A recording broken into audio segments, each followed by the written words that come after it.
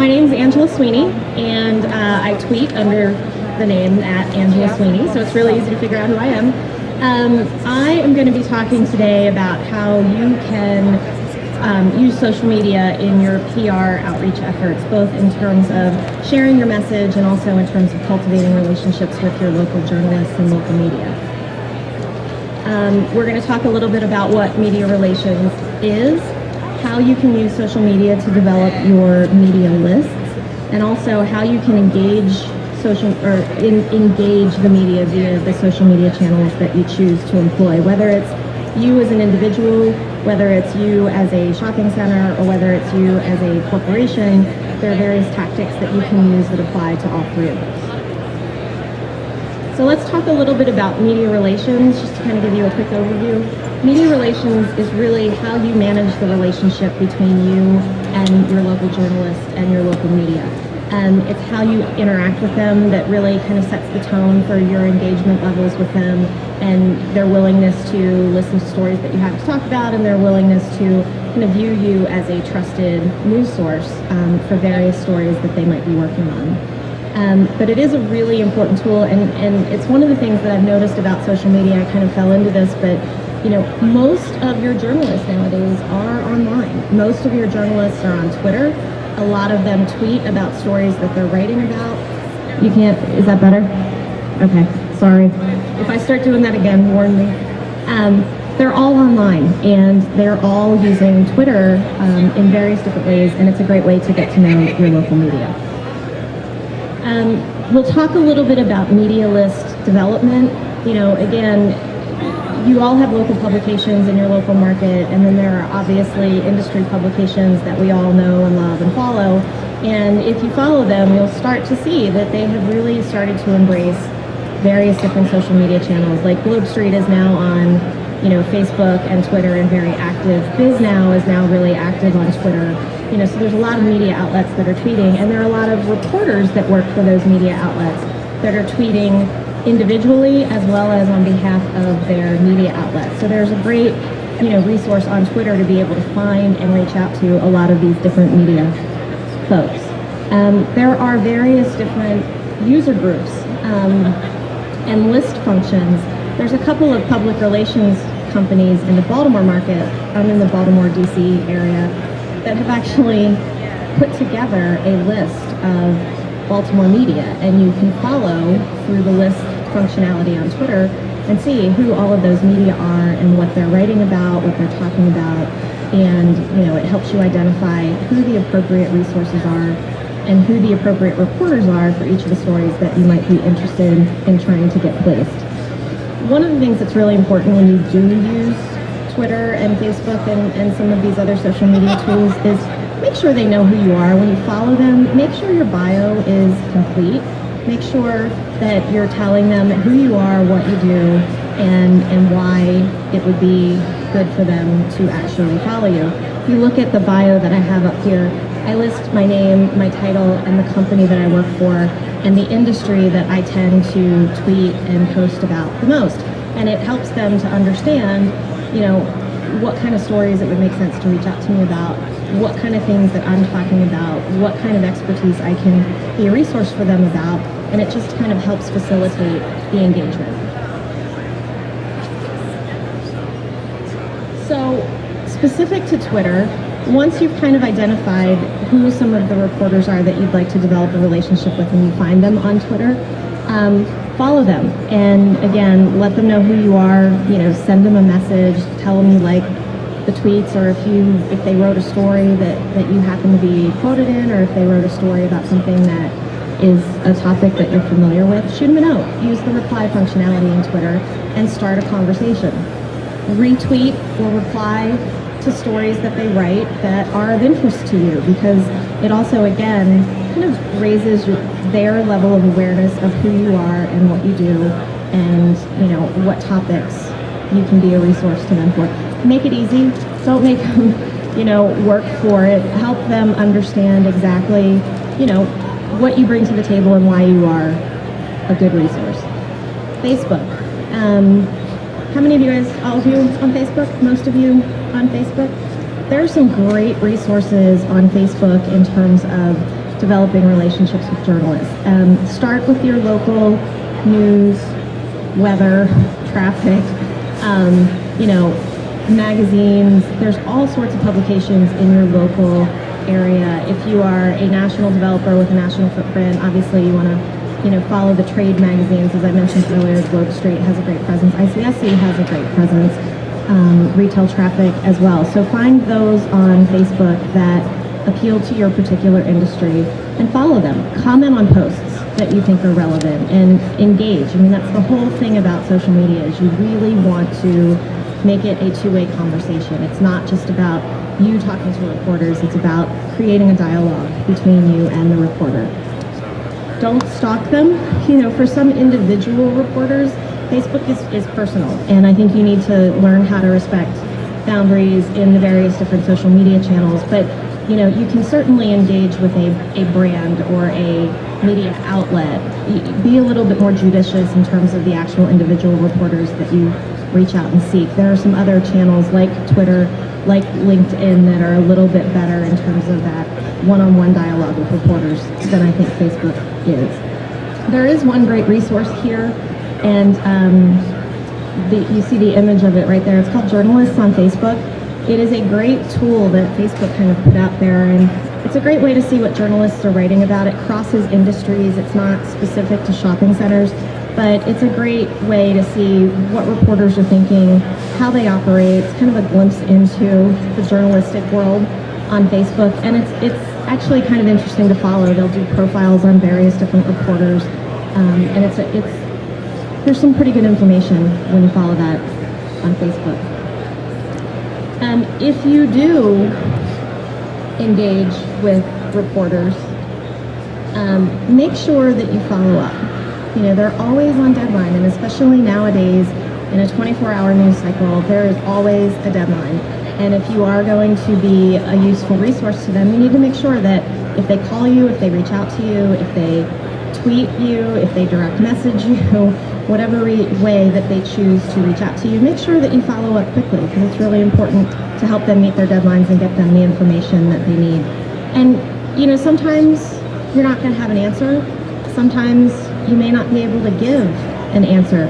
But one of the things that's really helpful is to just respond. You know, even if the response is, I'm sorry, I can't help you with that particular story, or I'm sorry, I can't, you know, respond to that particular question, at least you're responding and letting them know that you've heard them and that you've been aware of their question and are trying to be helpful. Here are some of the resources that I follow and I think could be very helpful for you all to follow. Shopping Center Today has a great Twitter feed. ICSC, obviously, Globe Street is now, SREB is Southeast Real Estate Business. It's a great tool, you know, and covers a lot of the business news in the Southeast. Retail Traffic, obviously, is a great publication that covers our space. Put ICSC up there again. I can't emphasize enough. If you're on Twitter, if you're active, if you've got stories to share, ICSC is a great way to go about doing that. Wall Street Journal Real Estate is another great publication that is active online on Twitter as well as on Facebook, so definitely one to check out. National Retail Federation, for those of you who are retailers out there, the National Retail Federation is very active on Twitter, and it's a great resource to kind of keep up with what's going on in the retail space, what's going on with your retailers, what's going on with retail sales, you know, how you can work with your retailers, you know, and how you can spread the news about what's going on in their space through your various different channels. So that's a great resource as well. And then for those of you who are familiar with CoStar, CoStar does a lot of news and distributes a lot of information via their online channels, and definitely something that's worth checking out and getting to know. Wow, I flew through those slides.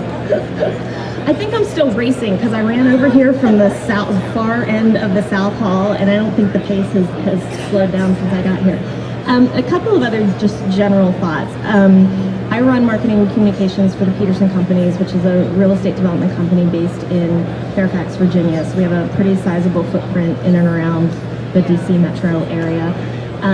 I started the communications role there about a year ago, and was really blown away at how many relationships I was able to develop in a very short period of time with media outlets, particularly on Twitter.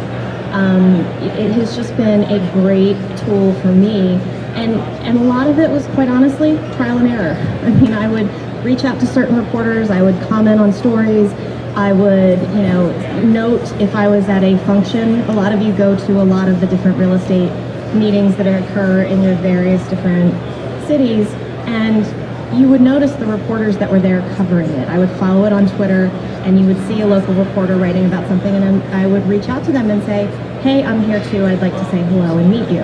And it worked really well, and so I was able to meet a lot of real estate journalists who cover that area in the DC Metro. And then social media is another topic. We go to a lot of social media presentations, and following who's tweeting about, following the hashtags. Does everybody know what the hashtags are? Following hashtags is a great way to find out who's talking about various different topics and engaging them on those topics. And it just kind of expands your network. It allows you to meet a lot of new people that you might not have otherwise met.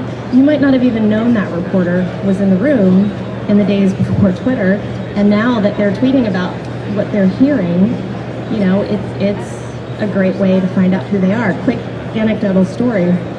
I was at the Mid-Atlantic ICSC conference earlier this year. It was at the Gaylord National in National Harbor, which is one of our properties, and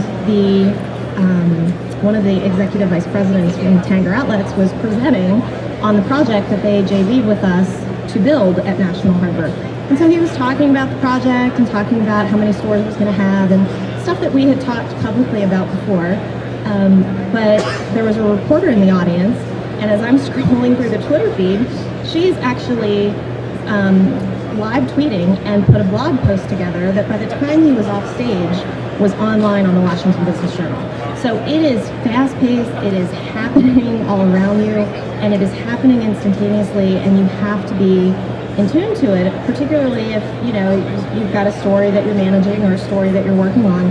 Those kinds of conferences, they're all there and they're writing about it, and it's a great opportunity for you to jump in and be a part of the conversation. So I think probably what I'll do now is just kind of turn it over to Q&A. If you guys have specific questions or, have anything. Yes.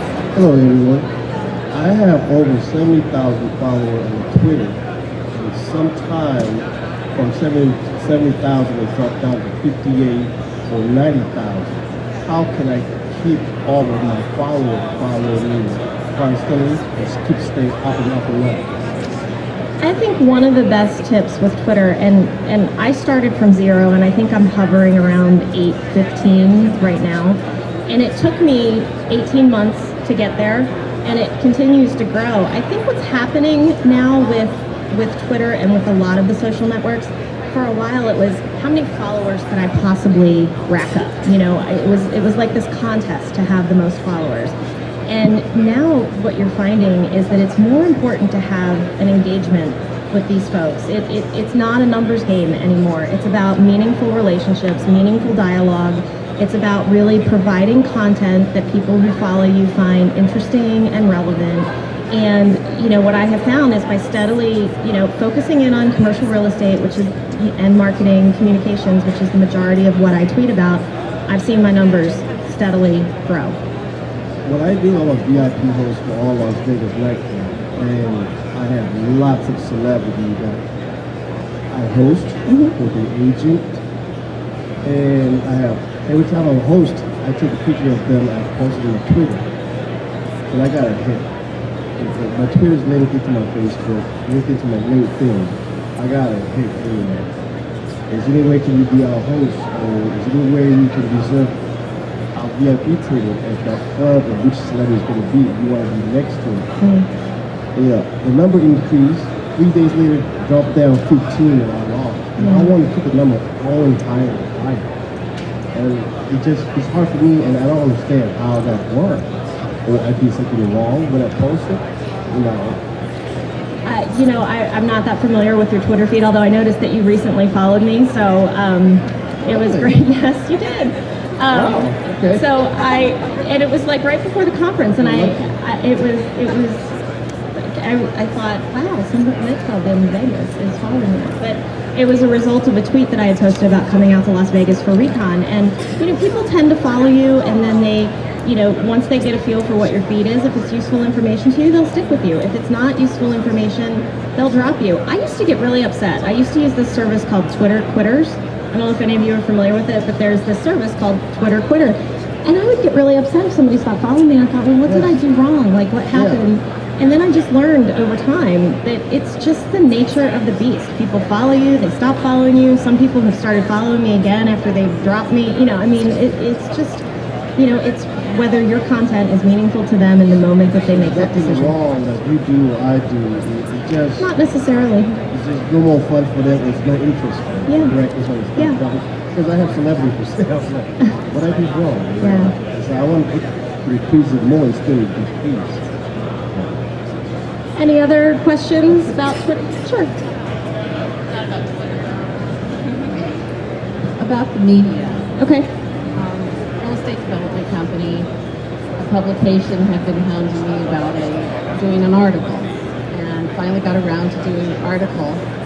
They called me back about 2 days later, telling me what the next step was going to be, which was they were going to send me a draft to proof, but then they also wanted a list of our vendors and clients, and so the alarm went off. How do you deal with that?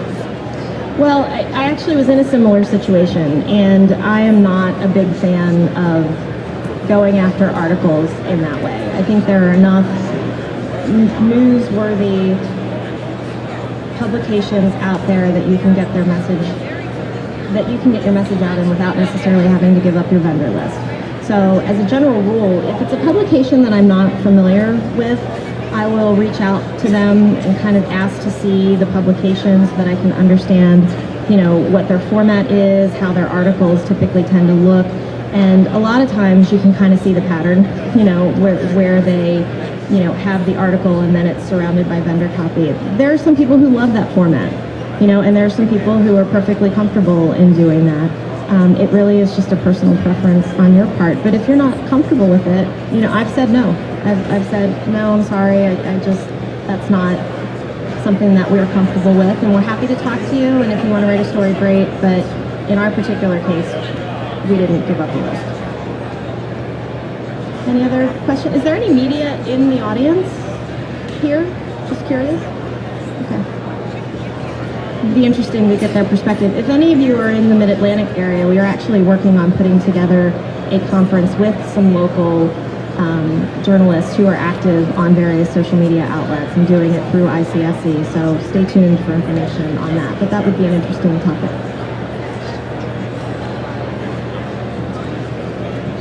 Thank you, Angela. Great presentation. Thank you. How do you, in this day and age, we're always getting question on return, and how do you measure the effectiveness and all that good stuff? Is there any kind of ROI tools that you can maybe share that you use? We talked about conversation, which, we all get. But I think, from a senior management perspective, we're always getting asked what return. So is there anything you could share? Sure. Well, I think strictly from a public relations perspective, one of the best returns that you can get is if you actually cultivate a relationship online into an article that's placed, that highlights a story or a message that you're trying to get across. But in general, there was a social media session this morning through the Recon Academy, and we talked a little bit about ROI and some of the new tools that are out there. When we first started in this business, there weren't a lot of metrics. But there now are a couple of really great things, like Facebook Insights is an incredible tool if you're on Facebook to really measure, are people engaging with you? Are you finding new followers? Are they sharing your stories? And, it gives you some great insights into what posts resonate most with your shoppers and how do you continue to provide those kind of posts, which will continue to feed the engagement levels.